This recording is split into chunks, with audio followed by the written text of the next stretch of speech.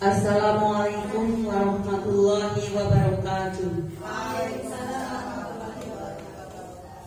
Yang terhormat Ibu Kepala Sekolah SD Negeri 1 Petanahan, yang saya hormati Bapak Ibu Guru serta karyawan SD Negeri 1 Petanahan.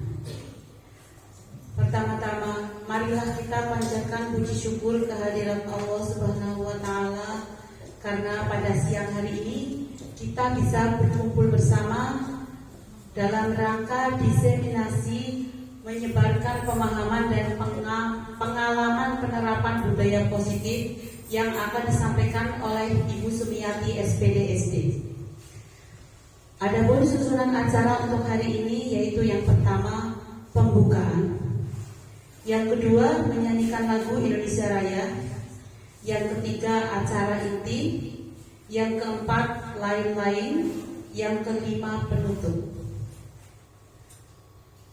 Untuk menyingkat waktu, mari kita buka acara pada siang hari ini dengan membaca basmalah bersama-sama. Bismillahirrahmanirrahim.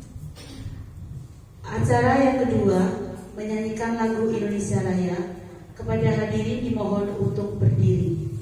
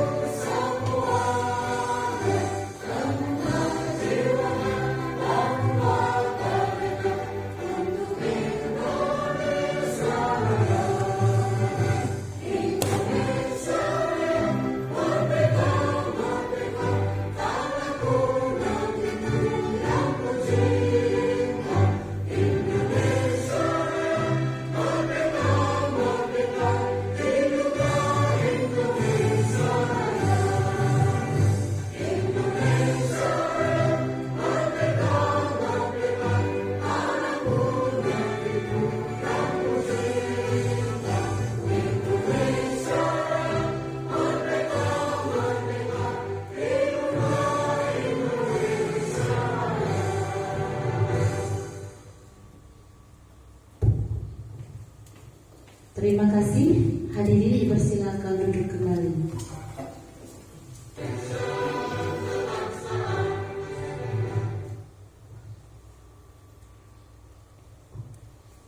Acara selanjutnya yaitu acara inti, yaitu penyampaian diseminasi menyebarkan pemahaman dan pengamalan penerapan budaya positif. Kepada beliau Ibu Sumiati, kami persilakan.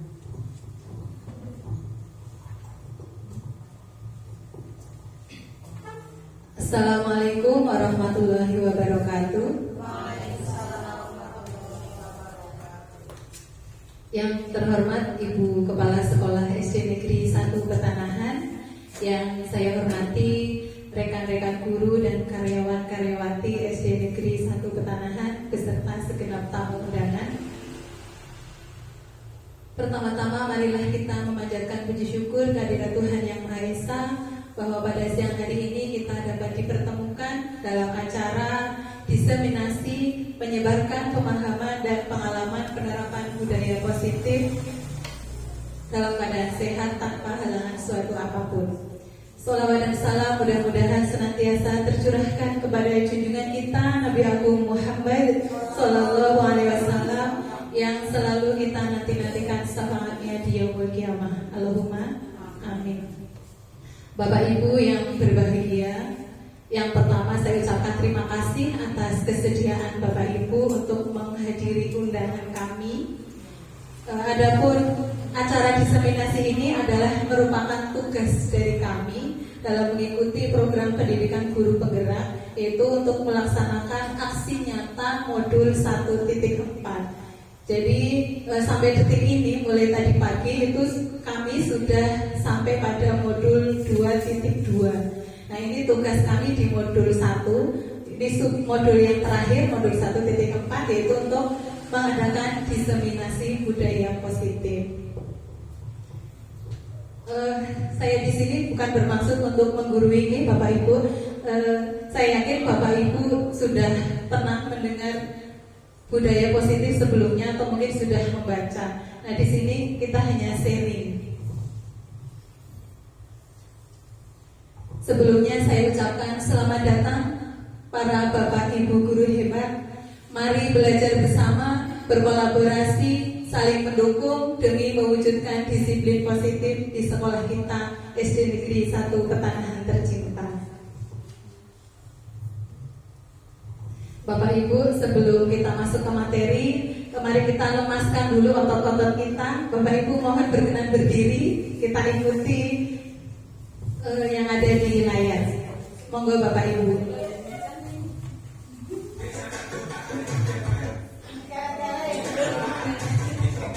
Monggo Bapak Ibu jangan malu-malu.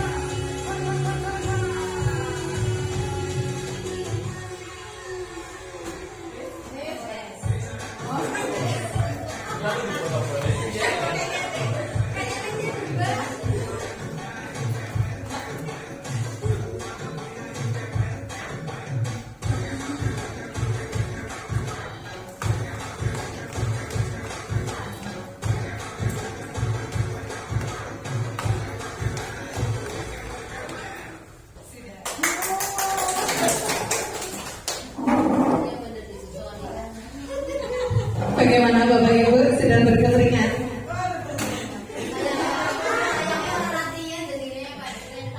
Kurang pemanasan ya?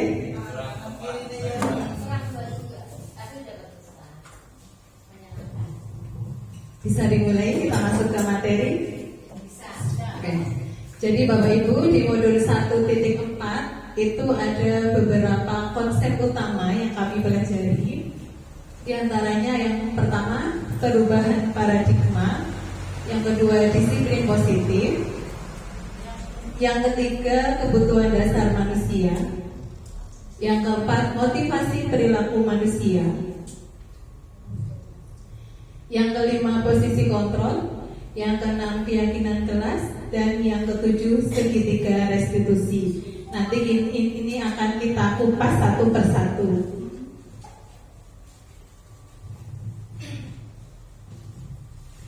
Kita mulai dari perubahan paradigma. Bapak Ibu, saya ajak Bapak Ibu untuk berpendapat. Bapak Ibu setuju atau tidak setuju? Yang pertama, hukuman dapat mendisiplinkan anak. Bapak Ibu setuju atau tidak? Setuju, oke. Yang kedua, pemberian hukuman dengan hal positif seperti membaca, membersihkan halaman sekolah dapat mendisiplinkan anak. Apakah Bapak Ibu setuju? Setuju. Kemudian pernyataan yang ketiga, memberi penghargaan dapat meningkatkan motivasi belajar anak. Apakah Bapak Ibu setuju? Oke, saya simpan jawabannya ya. Tadi setuju. Oke, sekarang kita buktikan. Bapak Ibu, kita bermain peran. Kegiatan kepalan tangan. Ada A dan B. A itu Bapak Ibu dan B adalah temannya. Jadi kebetulan ini karena sebangku berdua, satu berperan sebagai A dan satu berperan sebagai B. Sobeklah secari kertas kecil, tuliskan benda atau sesuatu yang sangat berharga untuk Bapak Ibu. Letakkan di salah satu tangan Bapak Ibu dan genggam benda atau sesuatu tersebut dengan segala daya, dengan segala kekuatan. Buatlah sebuah kepalan. Sampai sini sudah paham apa yang dimaksud? Oke, untuk secari kertasnya saya ganti menggunakan sticky note saja. Nah, nanti tugas yang B, teman Bapak Ibu yang berperan sebagai B, mencoba dengan sekuat tenaga, dengan berbagai cara untuk meminta Anda memberikan benda tersebut. B nanti boleh dengan cara membujuk, mengancam, menghardik, merayu, menyuap atau apa saja agar si A tadi dapat atau mau membuka kepalan tangannya. Jelas ya? Oke, sekarang saya bagikan sticky note. Mohon disiapkan pulpennya.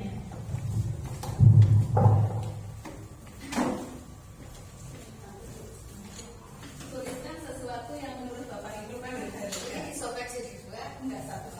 Nah, satu jadi A, satu jadi A saja. Sesuatu yang berharga itu boleh benda, boleh seseorang yang sangat berharga dalam hidup Bapak Ibu. Bapak Ibu merasa tidak bisa kehilangan.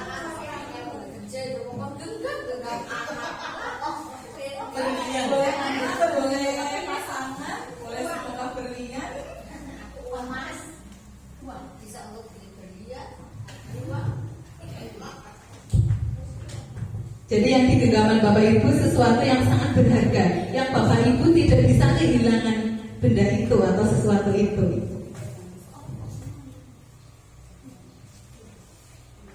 Sudah Bu? Sudah. Silakan taruh di salah satu tangan Bapak Ibu, kemudian genggam kuat-kuat. Sekarang tugas yang B, silakan dengan segala upaya, boleh dengan menyuap, boleh dengan menghardik, mengancam, boleh dengan membujuk atau dengan segala cara supaya si A itu mau membuka kepala tangannya. Silahkan Bapak Ibu.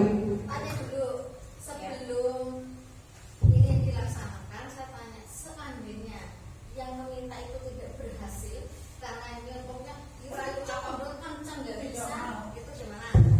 Tidak masalah. Justru kita mau tahu Bapak Ibu bersedia tidak membuka kepala tangannya dengan iming-iming, entah itu dengan hukuman, dengan pujian, dengan penghargaan, mau apa tidak?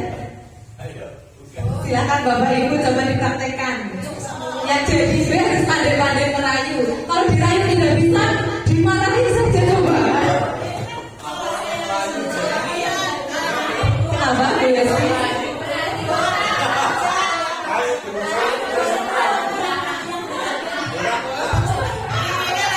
Intinya barang itu adalah sesuatu yang sangat berharga, sangat kita butuhkan. Boleh kita tahu. Yang B dalam posisi tahu. Iya, B harus tahu.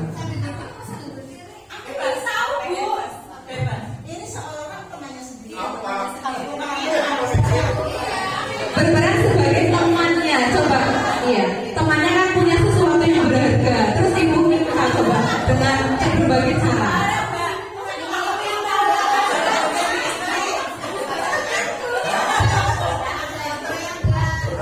Waktunya sebentar saja.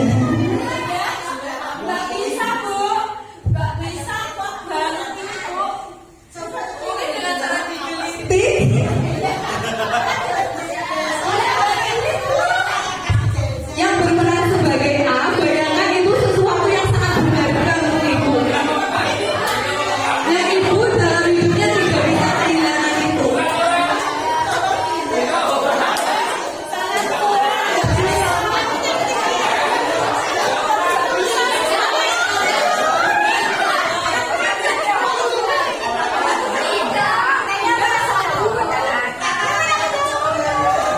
Sudah Bapak Ibu?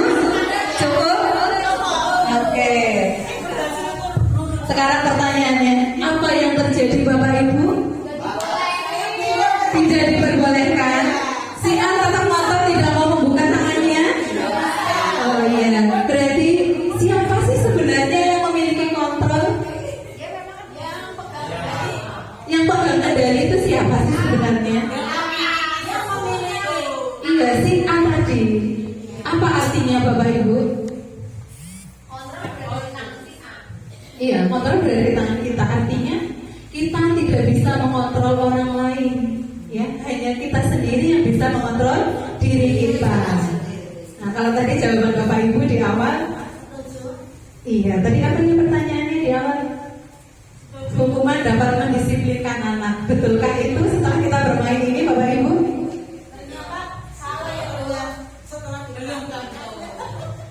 Iya, mungkin untuk jangka pendek disiplin itu bisa mengontrol anak. Ya, maaf, iya hukuman, penghargaan bisa mengontrol anak, tapi dalam jangka pendek. Apakah itu menjadi karakter bagi anak? Apakah disiplin bisa menjadi karakter bagi anak dengan hukuman, dengan pemberian penghargaan? Iya, itu motivasinya berasal dari luar.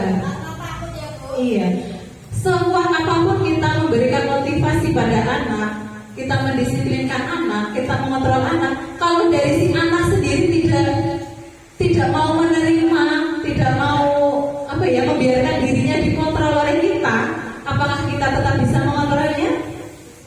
Tidak. Contohnya tadi si A, ketika si A tidak mau dikontrol, tidak mau dirayu, tidak mau padahal sudah dihardik, sudah dimarahi, bahkan tadi Mas Toman sudah dipukul-pukul sama Pak Wahyu, tetapi masih mempertahankan kepalanya. Artinya dia tidak membiarkan orang lain mengontrol dirinya. Ya, itu yang dinamakan dengan perubahan paradigma. Kita lanjut ke materi berikutnya, yaitu disiplin positif. Selama ini yang kita tahu disiplin itu apa sih Bapak Ibu? Disiplin itu lebih ke sesuai aturan, menaati aturan. Padahal Bapak Ibu, menurut modul yang saya baca ini, disiplin itu berasal dari kata disiplina, yang artinya belajar.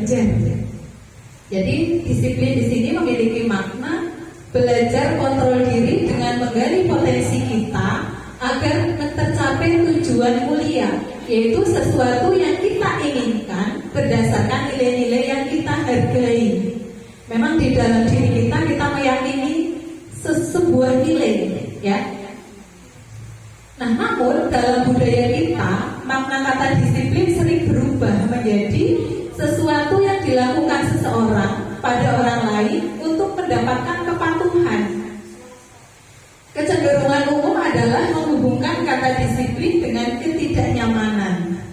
Ya, Pak, tidak, Bapak Ibu? Iya. Kalau bicara disiplin biasanya pasti hubungannya nanti dengan paksaan, ya, dengan ketidaknyamanan, bukan dengan apa yang kita hargai atau pencapaian tujuan mulia. Nah, nilai-nilai yang kita hargai ini dikenal dengan istilah kebajikan atau nilai kebajikan universal. Nah, apa itu nilai kebajikan universal? Nilai-nilai kebajikan adalah sifat-sifat positif manusia yang merupakan tujuan mulia yang ingin dicapai setiap individu. Nilai-nilai tersebut bersifat universal dan lintas bahasa, suku, agama maupun latar belakang. Jadi nilai-nilai ini diyakini oleh seluruh manusia yang ada di dunia, tidak hanya bangsa tertentu, agama tertentu ataupun suku tertentu. Setiap perilaku atau perbuatan memiliki tujuan. Seperti Bapak Ibu hari ini hadir di acara diseminasi pasti ada tujuan. Gini pembuatan. Ya, ada yang tujuannya mungkin ingin menambah wawasan, atau ada yang tujuannya karena rindu, atau dan lain-lain. Semua pasti punya tujuan. Dengan mengaitkan nilai-nilai kebajikan yang diyakini seseorang, maka motivasi intrinsiknya, motivasi dari dalam dirinya akan terbangun sehingga menggerakkan motivasi dari dalam untuk mencapai tujuan mulia yang diinginkan. Nah, nilai-nilai kebajikan yang ingin dicapai oleh seluruh anak Indonesia kita kenal dengan profil pelajar Pancasila. Nah, profil pelajar Pancasila ini sebagai tujuan arah pendidikan kita. Bapak Ibu masih ingat profil pelajar Pancasila ada 6 dimensi. Masih ingat ya? Ya, apa saja Bapak Ibu? Beriman dan bertakwa kepada Tuhan Yang Maha Esa dan berakhlak mulia. Itu dimensi pertama. Yang kedua, berkebinekaan global. Apa lagi? Mandiri, kreatif, bernalar, kritis, gotong royong. Ya, ada 6 dimensi. Nah, itu nilai-nilai kebajikan universal untuk anak Indonesia. Materi berikutnya tentang motivasi perilaku manusia. Manusia melakukan tindakan pasti ada motivasinya. Melakukan disiplin juga pasti ada motivasinya. Atau mungkin melakukan disiplin karena untuk menghindari ketidaknyamanan atau menghindari hukuman. Saya berangkat mengajarnya tepat waktu lah, nanti takut dihukum sama bu kepala sekolah misalnya. Berarti itu motivasinya karena untuk menghindari ketidaknyamanan, menghindari kehukuman. Anak-anak kita juga sering seperti itu. Hari Senin harus pakai atribut lengkap, saya harus pakai atribut lengkap lah. Nanti daripada saya dihukum bu guru, suruh baris di depan misalnya. Berarti disiplin anak-anak tersebut masih dimotivasi karena motivasinya eksternal. Nah, itu disiplin tingkat paling rendah. Satu tingkat di atasnya motivasinya karena untuk mendapatkan imbalan dari orang lain atau mendapatkan penghargaan. Nah, itu juga masih termasuk motivasi eksternal, masih dari luar. Jadi pertanyaan yang timbul, apa sih yang saya dapatkan apabila saya melakukannya? Kalau masih ada pertanyaan seperti itu artinya motivasinya karena ingin mendapatkan penghargaan, mendapatkan sesuatu. Nah, ini yang ketiga, motivasi yang paling tinggi. Bapak Ibu kalau sudah punya motivasi itu berarti sudah luar biasa, yaitu untuk menghargai diri sendiri. Nah, kalau dalam hati kita sudah bertanya-tanya, saya akan menjadi orang yang seperti apa apabila saya melakukannya, berarti itu motivasinya sudah intrinsik, motivasi dari dalam diri. Nah, itu yang menjadi tujuan dari disiplin positif. Nah, Bapak Ibu, konsep disiplin dengan identitas gagal. Di situ ada hukuman dan juga penghargaan. Penghargaan itu masuk pada identitas gagal, Bapak Ibu. Kenapa? Mari kita telah satu persatu. Hukuman itu menyakitkan bagi siapa, Bapak Ibu? Bagi yang dihukum, terasa menyakitkan. Selain menyakitkan, hukuman itu juga tidak nyaman. Bagi siapa tidak nyaman? Bagi yang dihukum, bukan yang menghukum ya.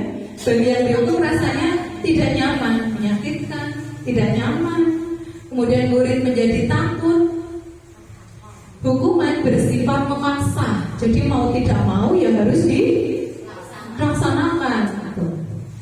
Bahkan tidak jarang murid menyembunyikan kesalahan. Banyak murid-murid kita yang terpaksa berbohong. Untuk apa? Untuk menghindari hukuman. Yang terakhir, murid menjadi rendah diri. Apalagi ketika murid dihukum di hadapan teman-temannya, murid akan menjadi rendah diri, menjadi minder, menjadi malu. Itulah efek dari hukuman. Maka hukuman itu termasuk identitas gagal. Kemudian penghargaan. Penghargaan juga masuk pada identitas gagal. Mengapa Bapak Ibu? Karena penghargaan itu tidak efektif. Jadi murid kita yang sering kita diberikan penghargaan ketika mereka melakukan disiplin. Nah, ketika penghargaan itu diberhentikan, motivasinya menjadi hilang, disiplinnya menjadi hilang. Itu penghargaan itu tidak efektif. Kemudian merusak hubungan atau membuat rasa iri. Sekarang misalnya dalam sebuah kelas, Bu Guru memberikan hadiah kepada anak-anak yang nilainya 100. Padahal dalam kelas itu kan tidak semua anak kemampuannya bagus, kemampuan akademisnya bagus. Nah, bagaimana dengan anak-anak yang sudah berjuang keras tetapi tidak bisa juga mendapatkan nilai 100? Yang dapat nilai 100 ya bocah yang juga baik. Nah, itu akan menimbulkan rasa iri, Bapak Ibu. Nah, lebih fatalnya lagi ketika anak yang non-sewune kemampuannya rendah, itu mereka akan berhenti berusaha. Lah percuma saya berusaha, toh saya sudah berusaha tidak pernah dapat nilai 100. Yang diberi hadiah ya itu saja, yang memang pada dasarnya pintar. Akhirnya anak-anak yang tidak pernah diberi hadiah, mereka akan iri. Nah, itu maka bisa merusak hubungan.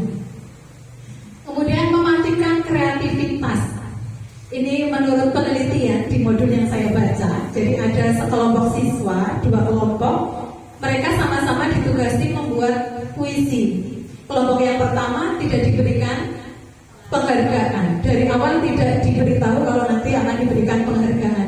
Sedangkan kelompok yang satunya, mereka sudah diberitahu kalau nanti akan diberikan hadiah atau penghargaan. Nah, setelah selesai membuat puisi, ketika dilihat, ternyata anak-anak yang tidak diberikan penghargaan itu hasilnya jauh lebih kreatif dibandingkan anak-anak yang sudah dijanjikan akan diberikan imbalan. Itu Bapak Ibu. Jadi yang namanya penghargaan itu mematikan kreativitas. Kemudian menghukum dengan sistem ranking. Nah, di negara kita sudah berapa tahun ini tidak memperlakukan ranking, ya? Karena ranking itu ternyata bisa menghukum. Menghukum siapa Bapak Ibu? Iya, siswa yang peringkatnya di bawah. Bagaimana perasaan Bapak Ibu ketika kemampuan akademis mereka di ranking dari yang paling atas sampai yang ranking paling bawah? Bagaimana perasaan anak yang berada di posisi paling bawah Bapak Ibu? Mereka akan berkecil hati, bahkan merasa menjadi anak yang gagal. Terus bagaimana perasaan orang tua mereka yang anaknya teman-temannya tahu, semua wali murid tahu. Ya, itulah sistem ranking kenapa tidak diberlakukan. Karena ternyata ranking itu bisa menghukum. Bisa dijelaskan ke wali murid yang tanya ranking terus. Ya, kemudian merampas hak menghargai dirinya. Ini saya contohkan, misal anak kelas 1 yang sedang berlatih merangkai huruf menjadi kata-kata, kemudian dia berhasil merangkai kata-kata menjadi kalimat, sudah bisa membaca satu kalimat, mereka bangganya luar biasa. Ketika sedang bangganya luar biasa atas ketercapaian dirinya, kemudian tiba-tiba gurunya atau orang tuanya, ini kamu sudah pintar ya, sudah bisa membaca satu kalimat, sini ibu kasih es krim. Ya, jadi ketika anak sudah bangga-bangganya dengan pencapaiannya sendiri, kemudian ada orang dari luar atau ibunya atau gurunya memberikan penghargaan, misalnya dengan memberikan es krim, itu bisa merampas hak menghargai dirinya. Padahal dia sedang bangga-bangganya dengan pencapaian dirinya sendiri, kok diupai dengan es krim. Itu penjelasannya Bapak Ibu. Saya ini sedang bangga loh, saya sudah berhasil merangkai kalimat dengan susah payah, dengan perjuangan saya, bukan karena es krim. Itu begitu maksudnya Bapak Ibu. Nah, kalau yang ini konsep disiplin dengan identitas sukses. Ada konsekuensi, ada restitusi. Apa sih bedanya hukuman dengan konsekuensi? Hukuman dan konsekuensi itu tidak sama ya Bapak Ibu. Kalau hukuman misalnya anak terlambat datang ke sekolah terlambat 15 menit misalnya. Kalau hukuman kamu terlambat 15 menit, sekarang sebagai hukumannya kamu lari keliling lapangan 5 kali. Itu namanya hukuman. Tapi kalau konsekuensi kamu terlambat 15 menit. Nah, nanti jam istirahatmu Bu Guru potong 15 menit untuk mengejar ketertinggalan materi. Yang tadinya kan temanmu sudah belajar 15 menit. Karena kamu terlambat, waktu istirahatmu dipakai untuk belajar selama 15 menit. Itu namanya konsekuensi. Jadi berbeda ya.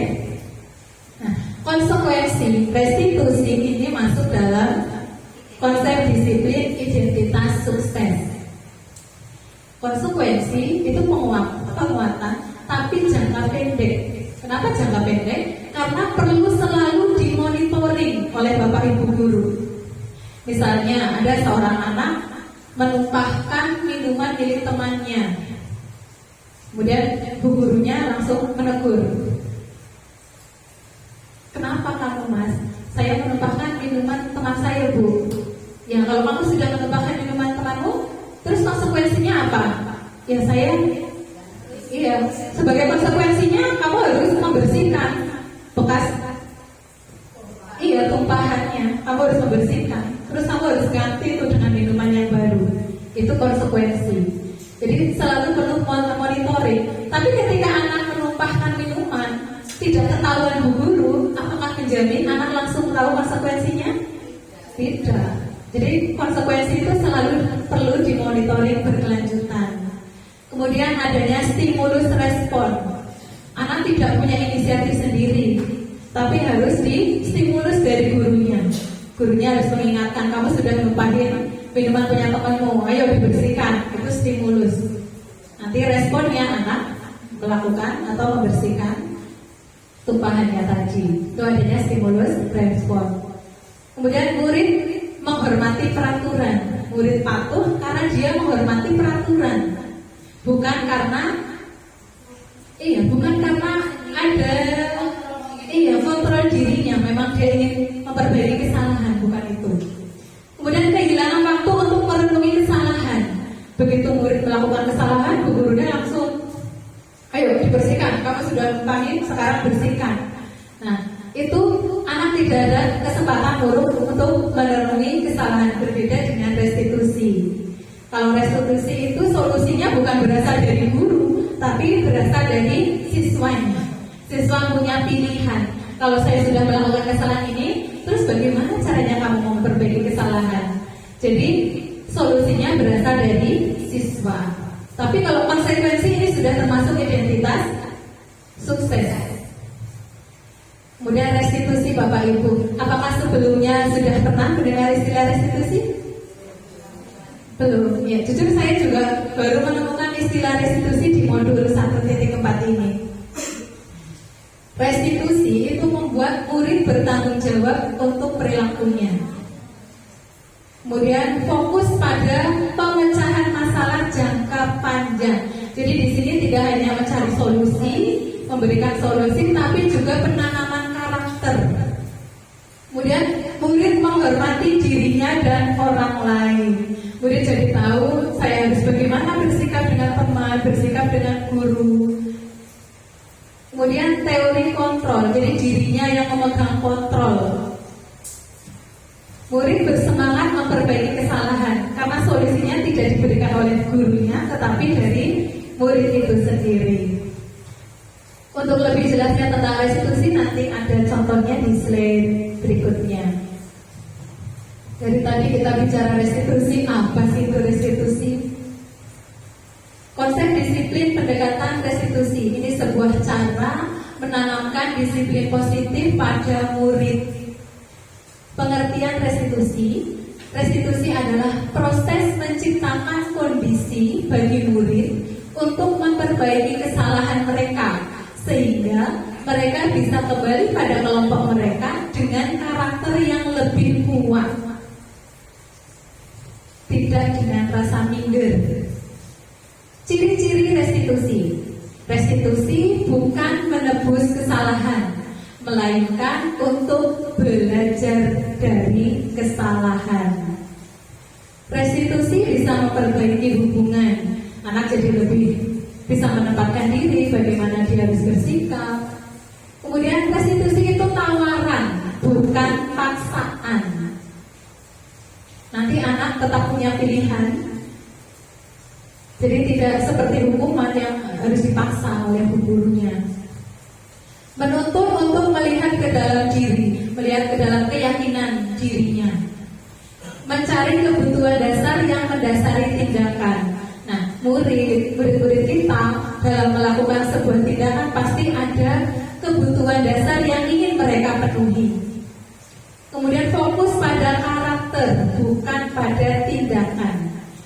Jadi restitusi ini adalah untuk pembentukan karakter, bukan hanya sebuah tindakan menebus kesalahan. Menguatkan dan fokus pada solusi. Jadi di sini fokusnya pada solusi, bukan pada kesalahan. Oke. Misal ada sebuah kasus, siswa sering tidak mengerjakan PR. Kalau kita atasi dengan hukuman, guru menghukum siswa tersebut lari keliling lapangan 5 kali. Guru marah dan murid takut. Itu kalau kita atasi dengan hukuman.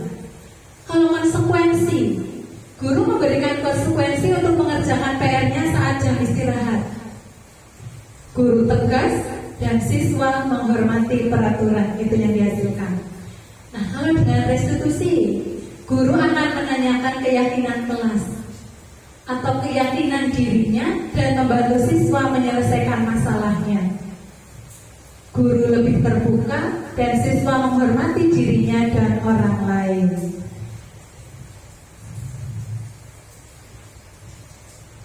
Oke, Bapak Ibu, untuk keyakinan kelas sudah familiar ya? Kenapa sih harus keyakinan kelas? Kenapa tidak peraturan kelas saja? Kenapa harus keyakinan kelas? Kenapa tidak peraturan kelas saja? Bapak Ibu coba kita renungkan bersama. Mengapa kita memiliki peraturan tentang penggunaan helm pada saat mengendarai kendaraan roda 2 atau motor? Kenapa Bapak Ibu ketika bepergian menggunakan motor, kenapa sih ada aturan pakai helm segala? Untuk apa? Untuk keselamatan. Nah, keselamatan, saya pakai helm biar saya selamat, itu termasuk keyakinan. Naik peraturan nih, pengendara sepeda motor wajib memakai helm, itu peraturan. Kalau keyakinan, memakai helm untuk keselamatan. Mengapa kita memiliki peraturan tentang penggunaan masker dan mencuci tangan setiap saat? Untuk apa Bapak Ibu? Untuk menjaga kesehatan. Itu keyakinan kita. Kita yakini dengan memakai masker, mencuci tangan setiap saat kita akan menjadi sehat. Itu keyakinan. Tapi kalau aturan, iya, wajib memakai masker, wajib mencuci tangan, itu aturan. Jadi aturan dan keyakinan itu berbeda. Keyakinan lebih bersifat universal, lebih abstrak. Kalau peraturan itu lebih detail. Langkah-langkah membuat keyakinan kelas. Yang pertama, curah pendapat atau berdiskusi tentang peraturan. Ini boleh anak-anak dimintai pendapatnya satu-satu, nulis di kertas juga boleh. Atau bisa secara berkelompok, anak dikelompokkan 4-5 orang, nanti berkelompok membuat peraturan kelas. Nah, nanti dari peraturan yang dibuat oleh siswa di kelas pastikan banyak hal-hal yang sama. Nanti kita analisa yang kalau kalimatnya sama atau hampir mirip ya kita tuliskan satu kali saja. Kalau sudah terbentuk peraturan kelas, langkah berikutnya menyusun peraturan kelas menjadi keyakinan. Misalnya anak banyak yang menuliskan tidak boleh nakal dengan teman, tidak boleh mengejek teman, tidak boleh wadah-wadahan. Kan anak seperti itu bahasanya. Nah itu kan intinya sama.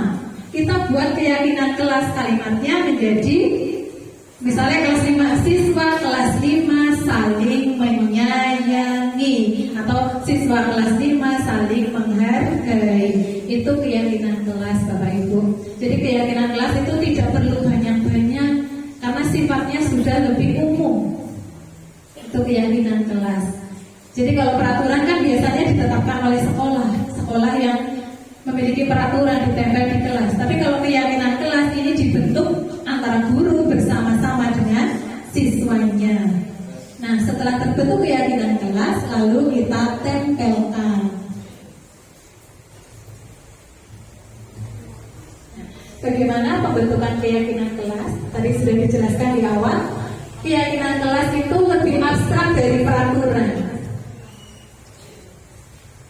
Berupa pernyataan universal, jadi sifatnya lebih umum, tidak detail. Dibuat dalam bentuk kalimat positif. Jadi hindari penggunaan kata-kata negatif seperti tidak boleh, terus dilarang, jangan. Itu kalimat negatif ya Bapak Ibu. Dalam membuat keyakinan kelas hindari kalimat negatif. Jadi yang dipakai adalah kalimat positif. Kemudian sedikit saja supaya mudah diingat. Kalau peraturan di kelas Bapak Ibu itu ada berapa puluh itu. Apakah anak ingat semua? Tidak. Keyakinan kelas tidak perlu banyak-banyak, 5 saja cukup. Karena memang sifatnya sudah lebih umum. Kalau sedikit kan lebih mudah dihafal. Sesuai dengan kondisi kelas dan sekolah agar mudah diterapkan. Jadi bisa jadi keyakinan kelas di kelas saya dengan di kelas Bapak Ibu berbeda, disesuaikan dengan kondisi kelasnya masing-masing. Semua warga kelas dilibatkan saat membuat. Jadi tidak hanya berasal dari gurunya yang membuatkan, tetapi melewati tadi curah pendapat, dibuat bersama-sama. Materi berikutnya yang kami pelajari di modul 1.4 yaitu tentang kebutuhan dasar manusia. Ada 5 kebutuhan dasar manusia. Semua perbuatan kita, tindakan kita, karena kita ingin memenuhi kelima kebutuhan dasar tersebut. Yang pertama, bertahan hidup. Bertahan hidup ini kebutuhan yang sifatnya fisiologis, seperti makan, minum, tempat tinggal, pakaian. Itu kebutuhan bertahan hidup. Yang kedua, kasih sayang dan rasa diterima. Murid yang memiliki kebutuhan kasih sayang yang tinggi, biasanya mereka akan cenderung memiliki banyak teman. Mereka suka bergaul, mudah diterima oleh lingkungan, dan mereka lebih suka bekerja dalam kelompok. Ini ciri-ciri siswa yang memiliki kebutuhan kasih sayang yang tinggi. Kemudian penguasaan. Murid-murid yang memiliki kebutuhan penguasaan yang tinggi, mereka biasanya senang menjadi pemimpin.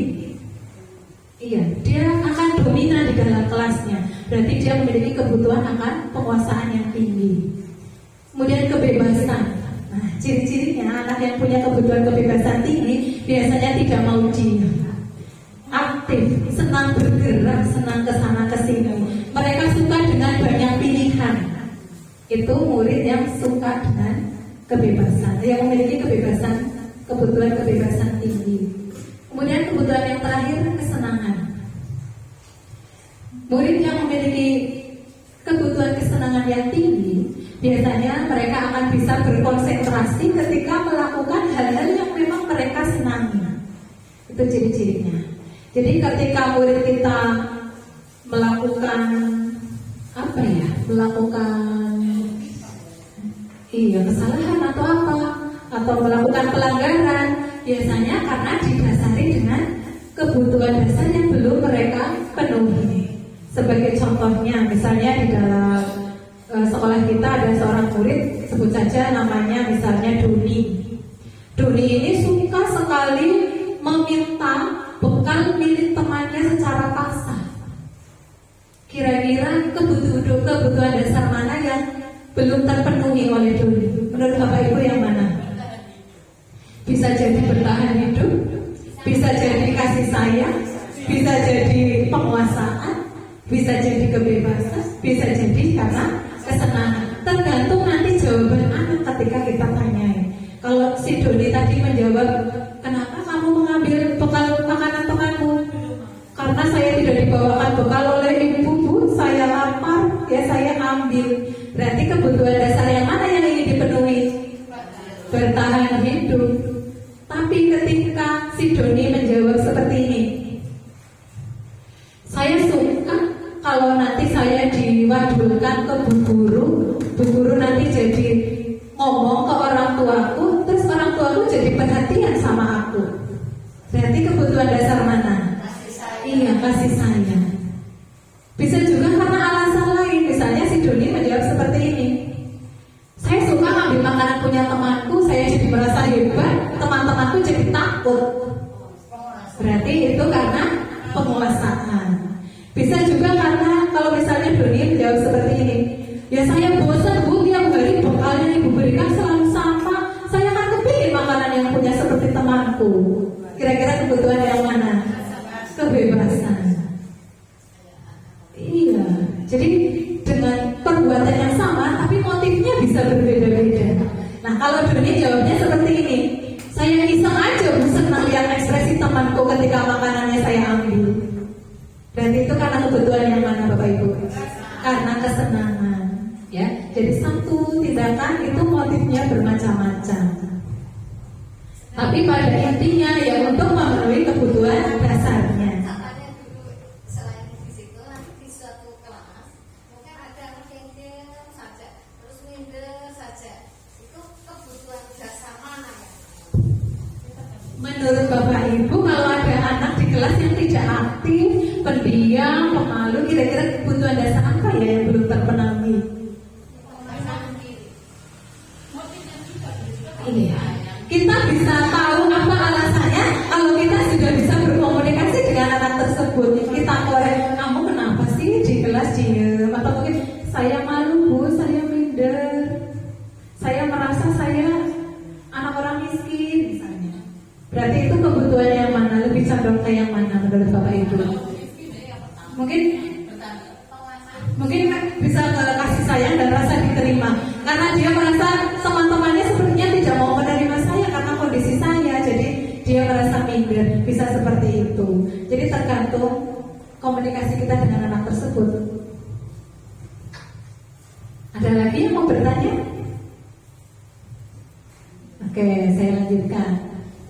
Nah, sekarang 5 posisi kontrol. Ini juga dipelajari di modul 1.4.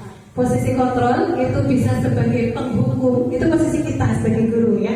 Bisa sebagai penghukum, bisa pembuat rasa bersalah, bisa sebagai teman, bisa sebagai pemantau, bisa juga sebagai manajer. Bagaimana? Sebagai penghukum itu maksudnya gimana? Ini contoh penerapannya. Ketika ada siswa yang tidak memakai atribut lengkap saat upacara bendera. Ketika posisi kita sebagai penghukum, kita akan berbicara seperti itu. Patuhi aturan, berdiri di depan barisan. Itu kalau posisi kita sebagai penghukum. Kalau posisi kita sebagai pembuat rasa bersalah, kita membuat anak yang melanggar peraturan tadi supaya mereka merasa bersalah. Berapa kali sih Bu Guru harus memberitahu kamu, Bu Guru kecewa sama kamu. Nah, si anak menjadi merasa bersalah kalau gurunya ngomong seperti itu. Kemudian bisa juga posisi kita sebagai teman. Ayolah yang tertib, buat Bu Guru bangga. Kali ini tidak apa-apa, tapi lain kali jangan diulangi lagi ya. Kalau kamu sering seperti ini, Bu Guru malu sama Ibu Kepala Sekolah. Nah, itu berarti kita menempatkan diri kita sebagai teman. Seperti kita ngomong dengan teman. Ayo orang lelas apa kalau Bu Guru? Si manut ya, si manut. Nah, itu sebagai teman. Kemudian kalau kita memposisikan sebagai pemantau, kamu sudah melanggar, apa peraturannya? Konsekuensinya apa? Nah, itu sebagai pemantau. Itu lebih ke konsekuensi. Kemudian kalau kita sebagai manajer, apakah kamu tahu kesalahanmu? Kira-kira bagaimana kamu akan memperbaiki kesalahan itu? Nah, itu kalau posisi kita sebagai manajer. Menurut Bapak Ibu, posisi mana? Sekarang Bapak Ibu berada di posisi mana? Yang paling sering dilakukan terhadap murid itu Bapak Ibu sebagai apa? Sebagai pembuat rasa bersalah. Saya dulunya sebelum itu guru penggerak juga seperti itu, Bu. Menempatkan anak supaya mereka merasa bersalah. Saya sering menggunakan kata-kata seperti ini. Orang lelah sama di bapak, ada ibu nih, boleh duit tangan sih di sekolah kayak gini. Jadi saya seperti itu, Bu, membuat murid merasa bersalah. Nah, posisi yang paling tinggi itu posisi manajer. Kalau membuat murid merasa bersalah, anak menjadi pribadinya seperti menjadi cengeng, dia merasa jadi orang yang gagal, merasa jadi orang yang salah, orang yang gagal. Kalau kita sering menyalahkan anak, kalau posisi kita sebagai teman, itu juga ada efek negatifnya. Anak menjadi tidak menghargai gurunya, menganggap gurunya seperti temannya sendiri. Itu posisi teman. Kalau posisi penghukum itu jelas tadi ya, sisi negatifnya. Anak jadi minder, jadi malu, merasa tersakiti, tidak nyaman. Pemantau dengan memberikan konsekuensi, mereka juga siswa menjadi tidak nyaman, tapi tidak nyamannya dalam jangka pendek. Nah, yang bagus itu manajer. Seumpamanya kita belum bisa menjadi manajer ya, setidaknya pemantau. Begitu Bapak Ibu. Sedikit tambah ilmu ya, saya juga baru tahu di guru.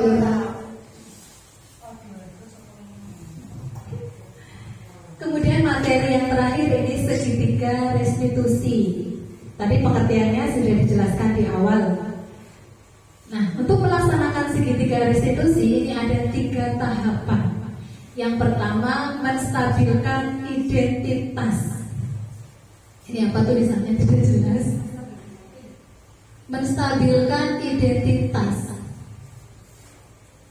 Jadi dengan kita memberikan ketenangan pada anak. Ketika anak berbuat kesalahan, kita jangan langsung menuduh anak bersalah, tapi kita buat hatinya tenang dulu. Tidak apa-apa melakukan kesalahan. Bu Guru juga dulu sering seperti kamu. Bu Guru juga dulu pernah terlambat masuk sekolah. Tidak apa-apa, yang namanya berbuat salah itu kan manusiawi. Nah, itu namanya menstabilkan keadaan, menstabilkan identitas. Jadi kita membuat anak menjadi tenang dulu. Biasanya kalau anak sudah tenang, nyong arep balane Bu Guru bayi ora aku tok sing salah. Nah, anak menjadi ketika kita tanya alasannya apa berbuat kesalahan itu, mereka menjadi jujur, menjadi lebih berani untuk mengungkapkan kejujuran daripada kita dari awal marah-marah. Tuh. Langkah yang kedua, menstabilkan identitas.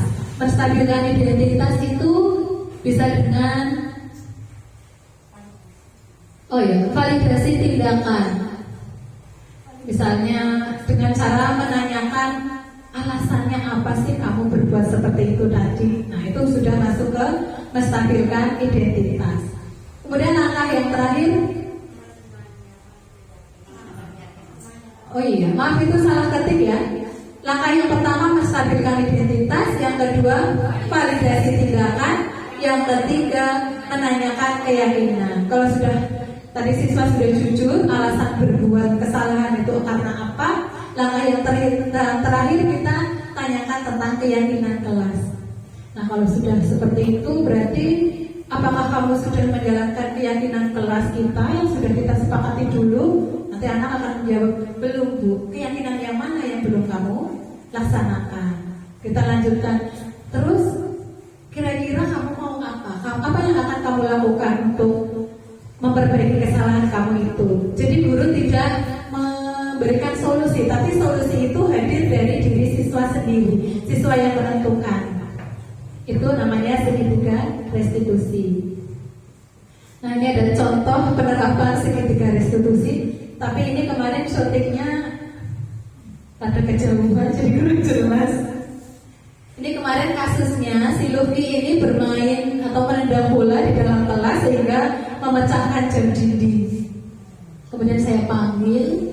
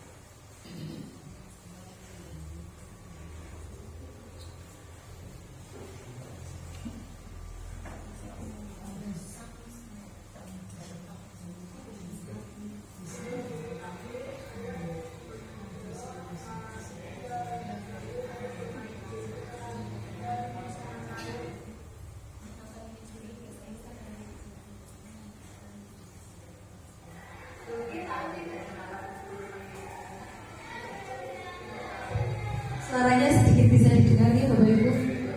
Itu kemarin praktek segitiga restitusi. Ini skenario-nya ada, anak saya kasih skenario-nya. Jadi jawabnya sesuai skenario yang saya buat. Ini hanya untuk contoh saja.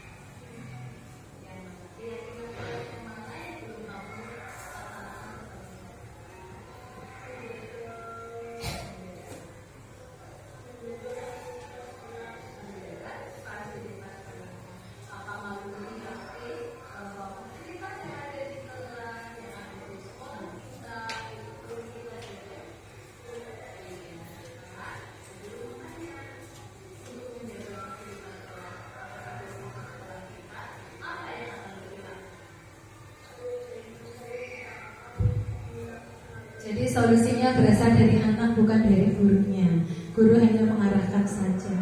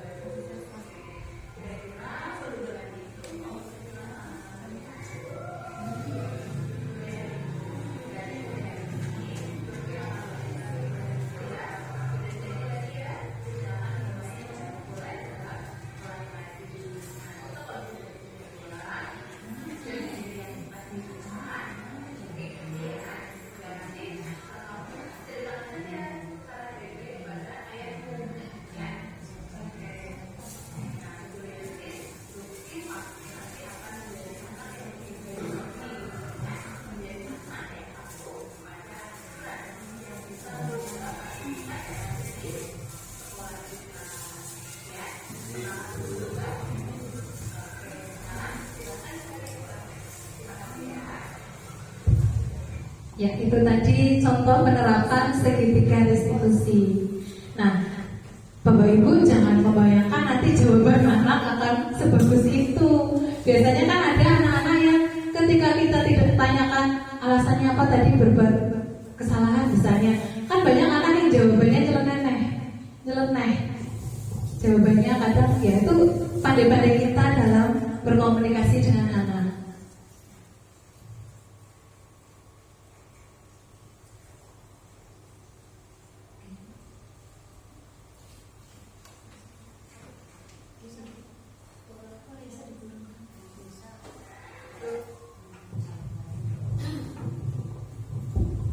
Bapak Ibu, tadi itu pemahaman modul 1.4.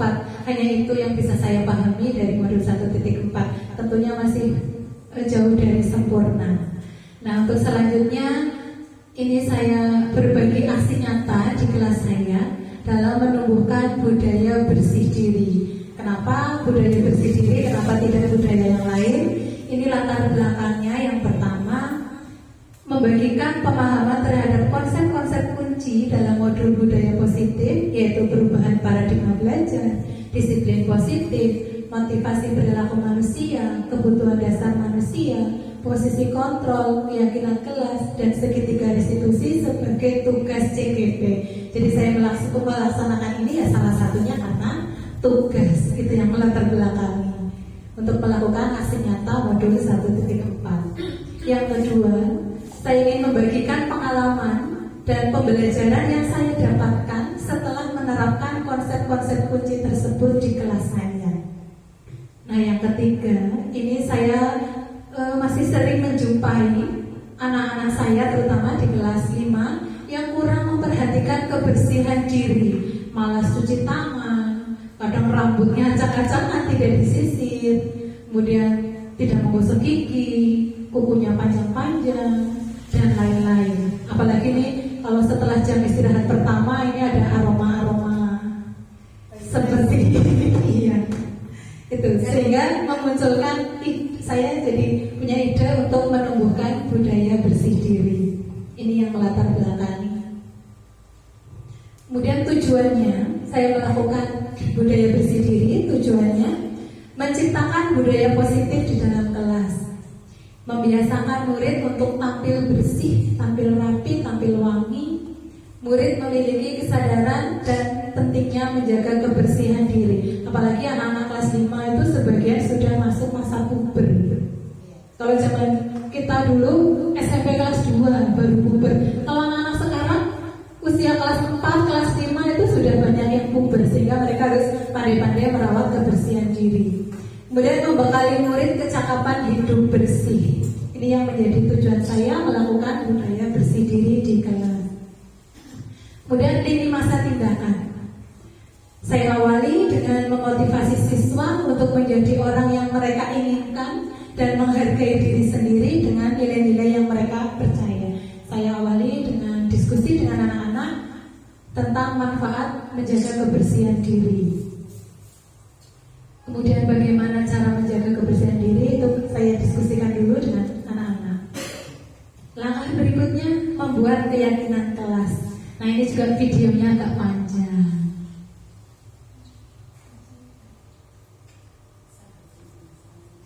12 menit.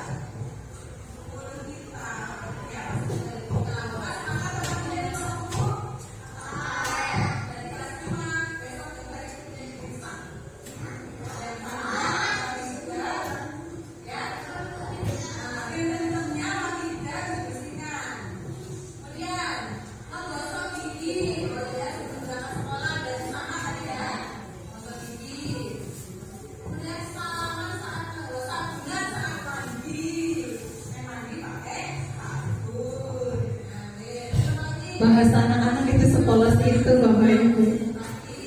Sikat gigi, ya sama. Ini juga gosok gigi. Apalagi ini mencuci tangan sebelum makan dan sesudah makan. Apalagi menggosok gigi sama. Mandi dan sikat gigi sama. Berpakaian rapi ketika sekolah. Ya, pakaian sudah rapi apa belum? Sudah bersih apa belum? Ya, yang dipakai itu bersih yang bersih.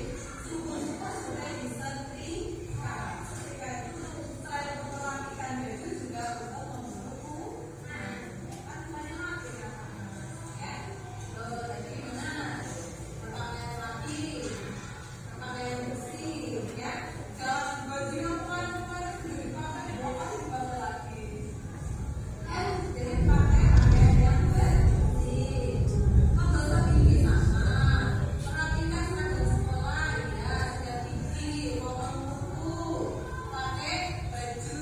Nah, dari semua yang kalian tuliskan di sini, bagaimana berpakaian sama. Yang lain kita simpulkan. Kita simpulkan dulu. Dari semua yang sudah kalian tulis tadi, keyakinan kelas kita tentang budaya bersih diri yang pertama apa yang disimpulkan?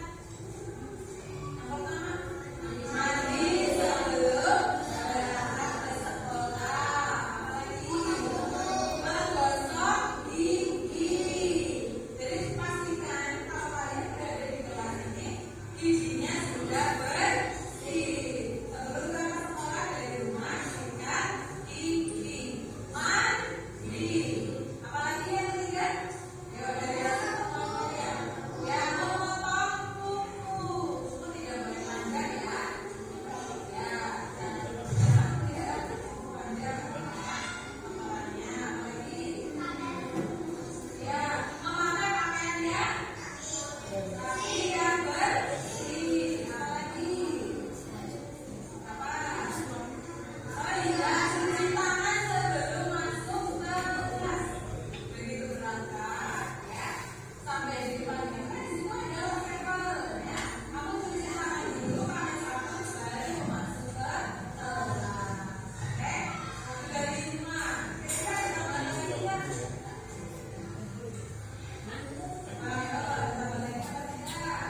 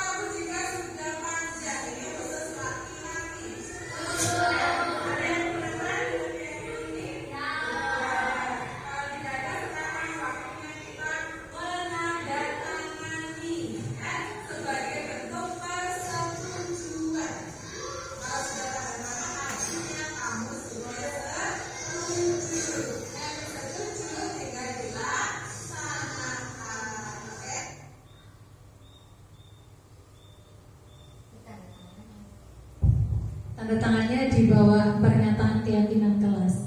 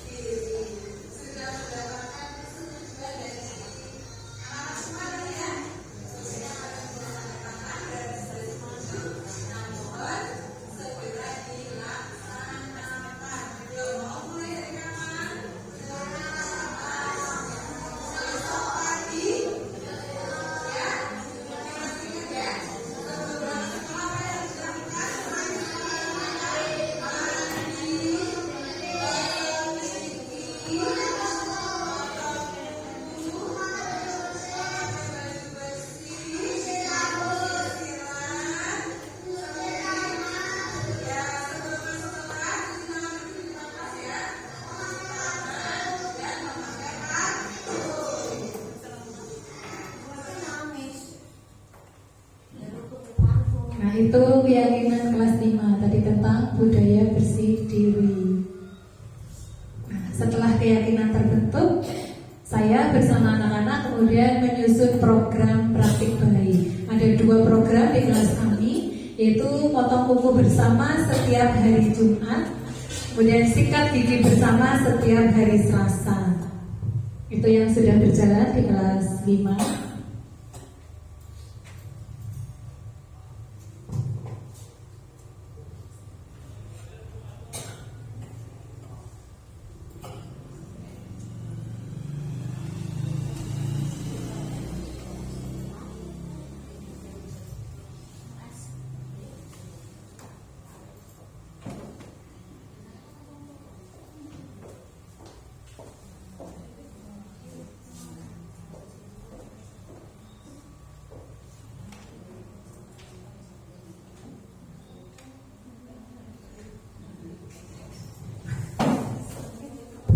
Setelah membuat keyakinan, kemudian menyusun program, langkah berikutnya yaitu menyiapkan kebutuhan untuk implementasi. Di sini saya menyiapkan alat-alat yang dibutuhkan untuk program bersih diri. Ada lap, kemudian ada cermin, sisir, kemudian ada wastafel beserta sabun cuci tangannya, ada sikat gigi, ada pasta gigi, dan ada jepitan kukunya. Itu alat-alat yang mendukung implementasi budaya bersih diri di kelas.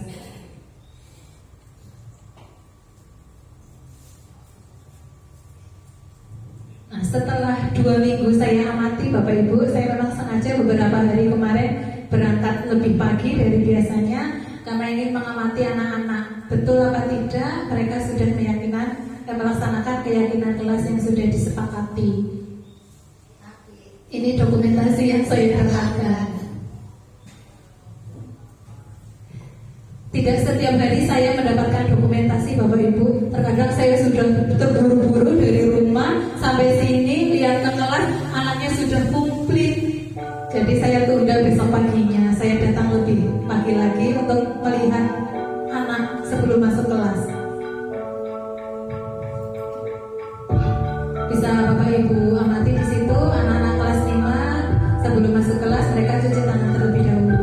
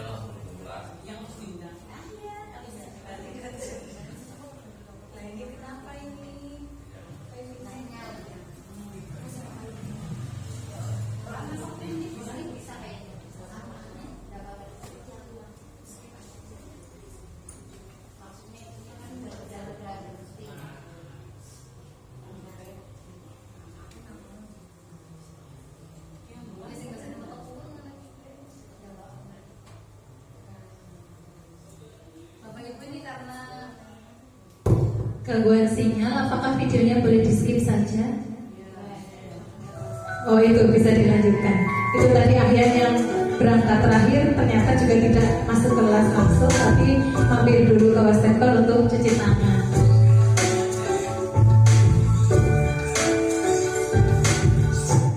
Nah, ini anak-anak yang pada hari Rabu apa Kamis ada yang lupa belum gosok gigi dari rumah sehingga gosok giginya di sekolahan.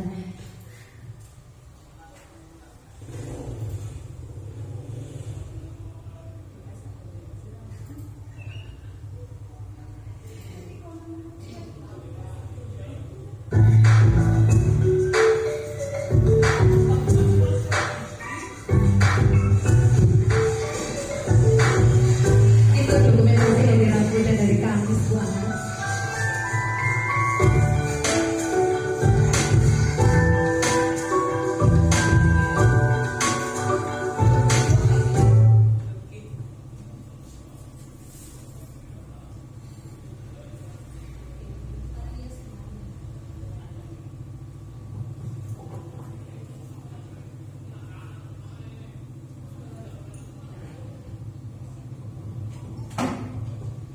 Kemudian untuk tolak ukur keberhasilan, ini saya mengambil dari respon siswa. Saya menyuruh siswa untuk merefleksi budaya bersih diri yang diterapkan di kelas 5. Saya menggunakan 3 pertanyaan.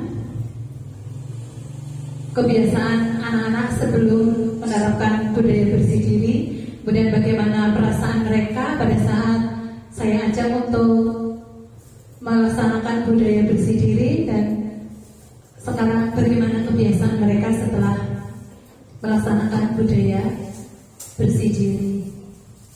Ini respon anak-anak Bapak Ibu.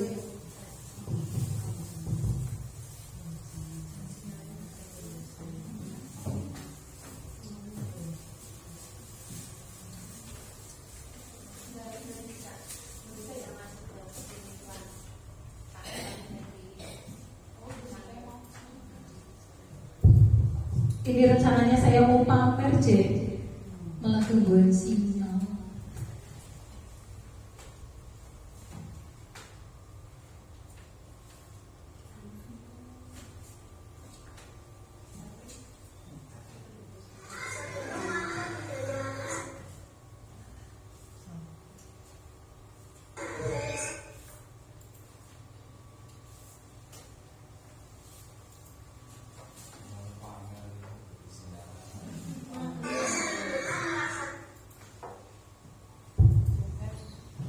Ya, intinya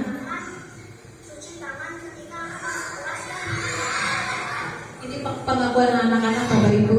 Mereka sebelum diberlakukan budaya bersih diri, mereka banyak yang malas cuci tangan, malas gosok gigi, bahkan kadang-kadang ada yang malas mandi.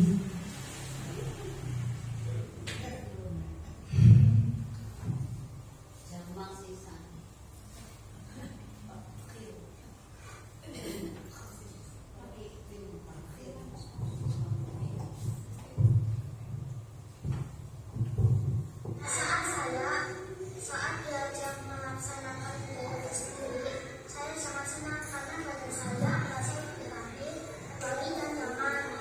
Senang karena bisa belajar merawat diri. Saya bahagia dan senang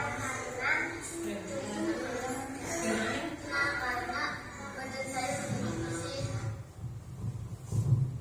Itu pengakuan jujur dari anak-anak tentang perasaan mereka.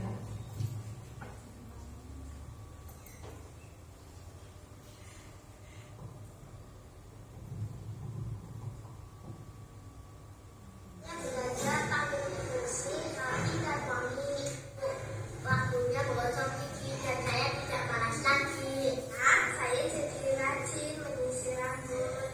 Kuku tidak basah lagi karena saya sering memotongnya. Itu tadi respon dari siswa, ini respon dari saya sendiri.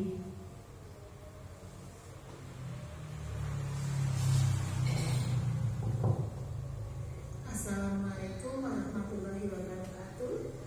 Perkenalkan, saya Sumiati, calon guru penggerak angkatan 6 Kabupaten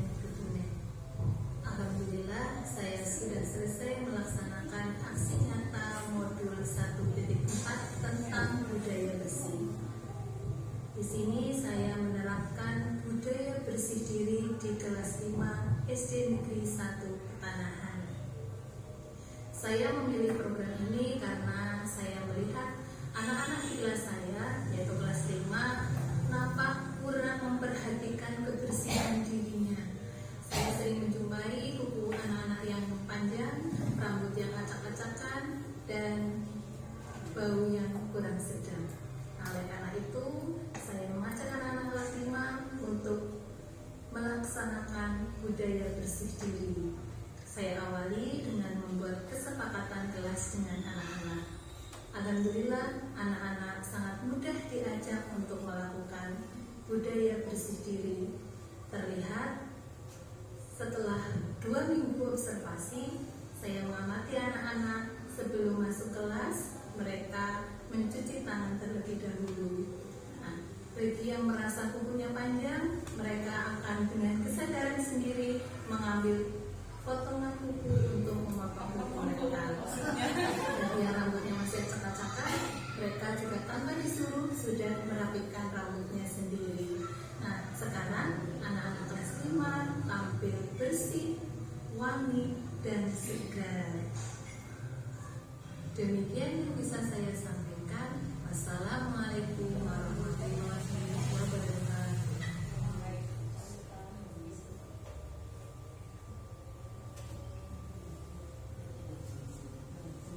Berikut ini refleksi dari rekan sejawat beliau Ibu Rohatun SPDSD.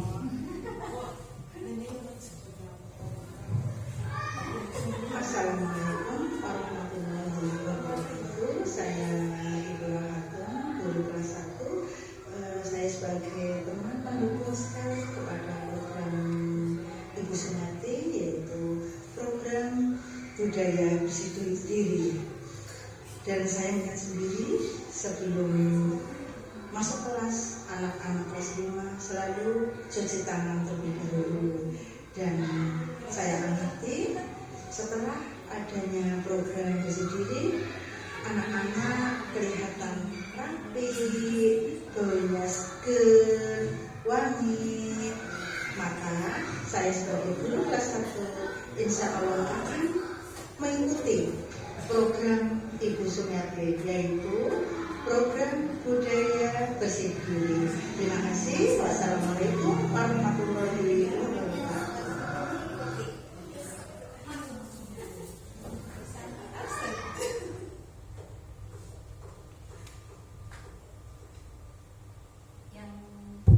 Yang terakhir saya ucapkan terima kasih terkhusus untuk kepala sekolah, rekan guru, dan siswa-siswi kelas 5 SD Negeri 1 Petanahan. Love you all. Bapak Ibu, demikian pemaparan diseminasi dari saya. Ada kurang lebihnya mohon untuk dimaafkan. Dari saya cukupkan sekian dulu. Apabila nanti di acara lain ada yang mau bertanya atau menanggapi, saya persilahkan. Namun saya tutup dulu nih Bapak Ibu. Mudah-mudahan yang sedikit dari saya ini ada manfaatnya. Demikian, atas segala kesalahan mohon dimaafkan. Assalamualaikum warahmatullahi wabarakatuh.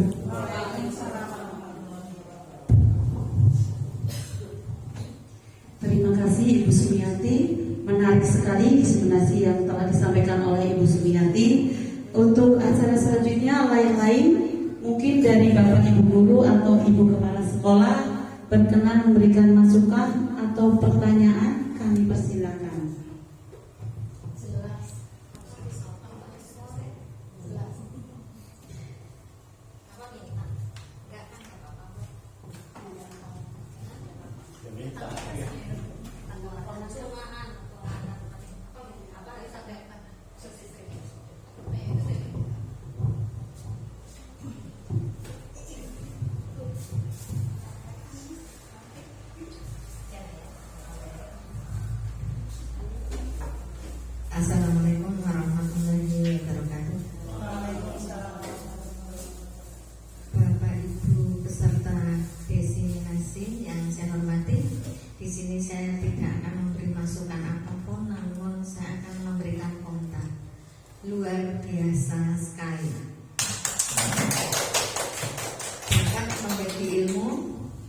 Ya, semoga Bapak Ibu guru bisa meniru apa yang telah disampaikan oleh Ibu Sumianti.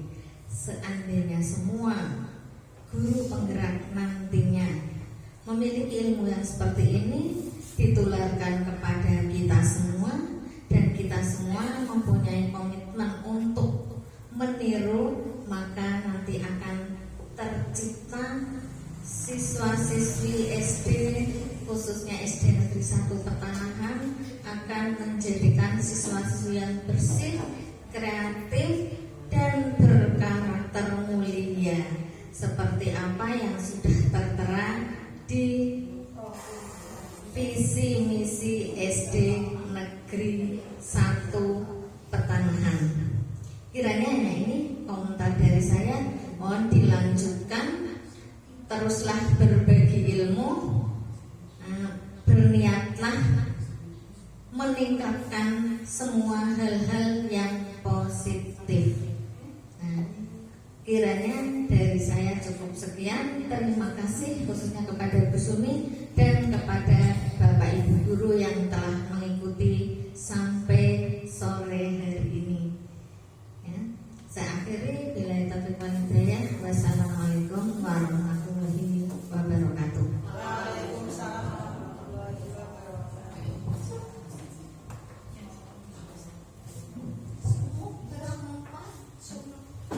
Terima kasih saya sampaikan atas apresiasi dari Ibu Kepala Sekolah, dan juga ucapan terima kasih yang setulus-tulusnya untuk rekan-rekan guru dan karyawan SD Negeri 1 Petanahan.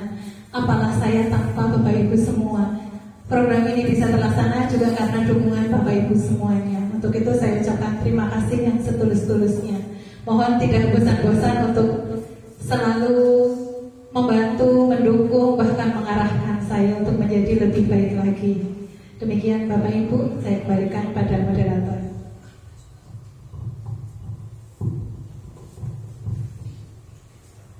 Acara demi acara telah kita lalui bersama. Sampailah kita ke acara yang terakhir, yaitu penutup. Sebagai pembawa acara, selama membawakan acara diseminasi ini, banyak tutur kata saya yang tidak berkenan di hati Bapak Ibu. Saya mohon maaf yang sebesar-besarnya. Mari kita tutup acara pada sore hari ini dengan membaca hamdalah bersama-sama. Billahi taufiq wal hidayah. Assalamualaikum warahmatullahi wabarakatuh.